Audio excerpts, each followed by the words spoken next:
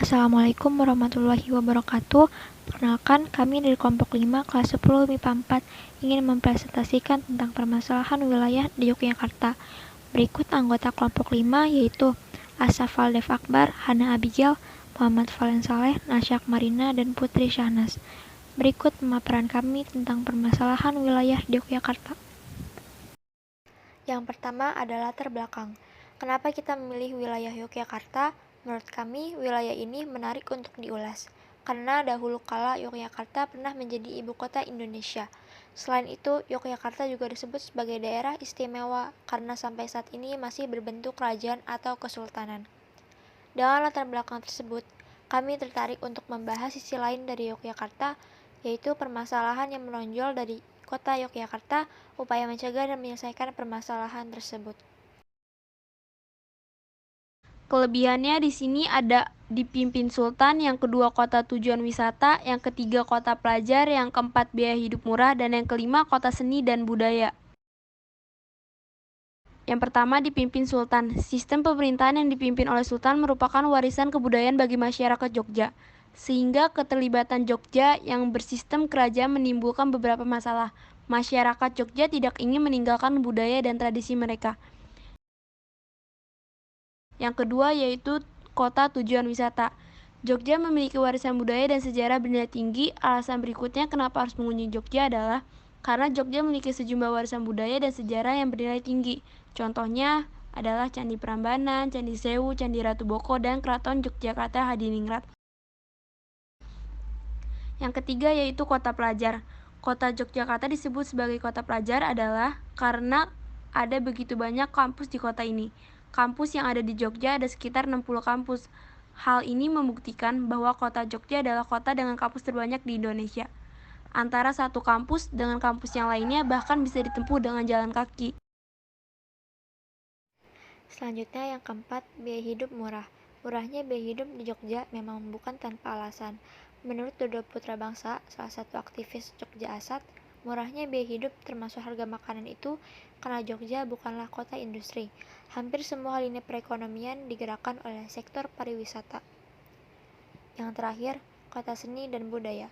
Jogja maupun Jogja adalah kota yang memiliki sejuta warisan budaya peninggalan dari nenek moyang, sehingga dijuluki sebagai kota seni dan budaya. Warisan budaya tersebut berupa budaya tangible, fisik, dan intangible, non-fisik. Permasalahannya itu ada 4. Yang A, masalah transportasi. Yang B, adanya permukiman padat yang muncul di sekitar pusat kota Yogyakarta. Yang C, masalah penyempitan ruang terbuka hijau atau RTH. Dan D, problem kemiskinan dan sektor informal. A, masalah transportasi. Permasalahan yang sangat mencolok yang terjadi di kota Yogyakarta ini adalah masalah transportasi, di mana masih sering ditemukan kemacetan-kemacetan, terutama di kawasan pusatnya. Banyak ditemukan kendaraan-kendaraan yang berparkir secara on-street karena terbatasnya lahan parkir yang ada. Yang B, adanya permukiman padat yang muncul di sekitar pusat kota Yogyakarta. Permukiman ini dimungkinkan merupakan permukiman kecil yang muncul karena adanya migran dari berbagai daerah yang ingin menetap di dekat pusat kota tersebut sebagai upaya meminimalkan biaya dan jarak tempuh menuju pusat kota. Jumlah penduduk yang semakin bertambah diikuti dengan meningkatnya daya beli masyarakat terhadap kendaraan bermotor, memicu meningkatnya jumlah kendaraan bermotor di kota Yogyakarta. C. Masalah menyempitnya ruang terbuka hijau atau RTH. Masalah penurunan kualitas udara sehat dan bersih di kota Yogyakarta juga disebabkan karena semakin berkurangnya pepohonan sebagai akibat dari adanya alih fungsi lahan menjadi kawasan budidaya baik untuk kawasan permukiman maupun kawasan komersial. Berkurangnya daerah penyangga yang walaupun berada di luar wewenang kota Yogyakarta juga turut memberi akibat bagi penurunan kualitas udara kota. D. Problem kemiskinan dan sektor informal. Persisten kemiskinan kota tidak lepas dari tren kemiskinan perkotaan yang cenderung naik. Jumlah absolut penduduk miskin perkotaan saat ini hampir 2 kali penduduk miskin pedesaan. Dengan dominannya sektor jasa, kemiskinan perkotaan besar kemungkinan bersumber dari sektor informasi penopang jasa, terutama pariwisata, pendidikan, hotel, dan restoran. Bukan industri yang memiliki daya beli relatif tinggi, fokus intervensi pada sektor informasi juga penting dilakukan.